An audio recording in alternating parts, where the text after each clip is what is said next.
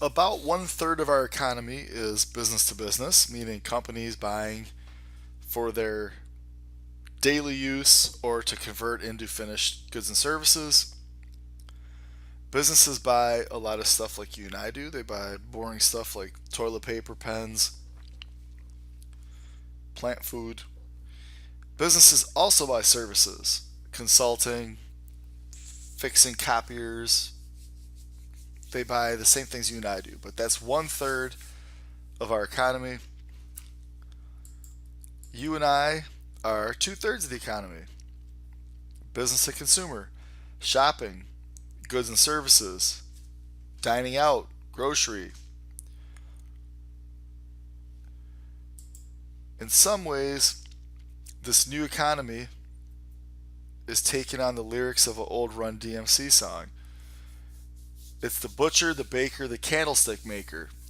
I don't often rap, but when I do, it's from the 80s. This is more of an artisan, local economy. A lot of these popular topics today are a return to the old days. We also have a lot of freelancing. Almost everyone in America used to farm. Then some saw the factories and city life as more opportunity.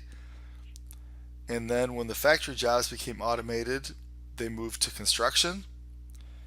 And when the construction world ran into problems in the 2005 era, and then in the recession, they moved to the retail sector.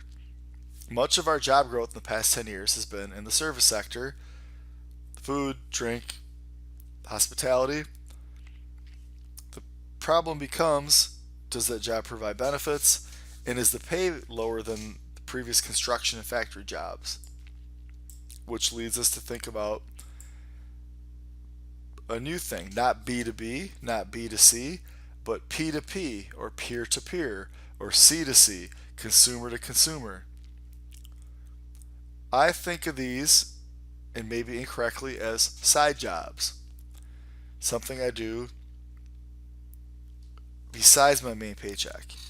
It could be local sharing of heavy equipment that we all don't want to invest in. It's a LinkedIn.com world where we can communicate with locally and regionally, country, internationally. We used to use the classifieds to connect when we were looking for services. Then it was a Craigslist, which was a digital classified. And now, what is it?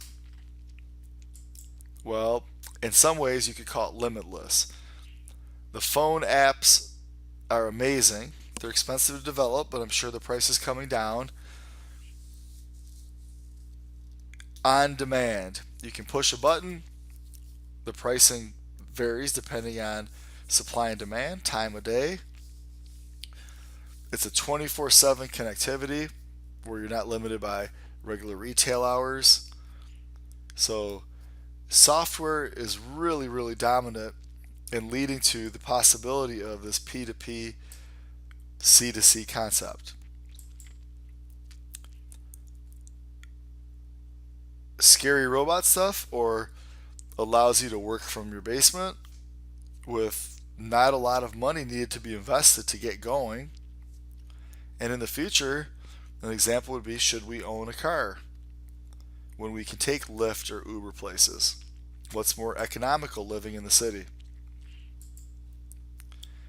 So, does this lead to outsourcing for all of us? Companies have always outsourced if they can save money or if someone has expertise. So, we learned a lot from the business to business world, and that's really where the whole e commerce internet derived from. Temporary agencies like Kelly Services in Michigan or Adecco, which is a Swiss company, are oftentimes some of the bigger employers in the world. So, does technology allow for how you and I shop in the B2C world? Does it allow for outsourcing? I think it does. The question, though, becomes, what is it do to society? Is it just side job for extra money? Or is it a job I do because I have no choice? Or is it my primary job by choice? Statistics show, and research done by McKinsey, that most of the people are doing it by choice as a side job for extra money, supplementing their income. There is a smaller amount that have no choice, that's the only way they can make a paycheck, or they're struggling to find a permanent job. That'll evolve and change over the years, but it's definitely an interesting area to keep our eyes on. And I think the big takeaway is the B2B world outsourced things. You and I can now outsource things in our life too, like dog walking, grocery shopping. And because of digital technology, it could be a scary robot, but software in this phone allow for us to possibly replicate that, and you'll have to form your own opinions, and time will tell on what it does to our society.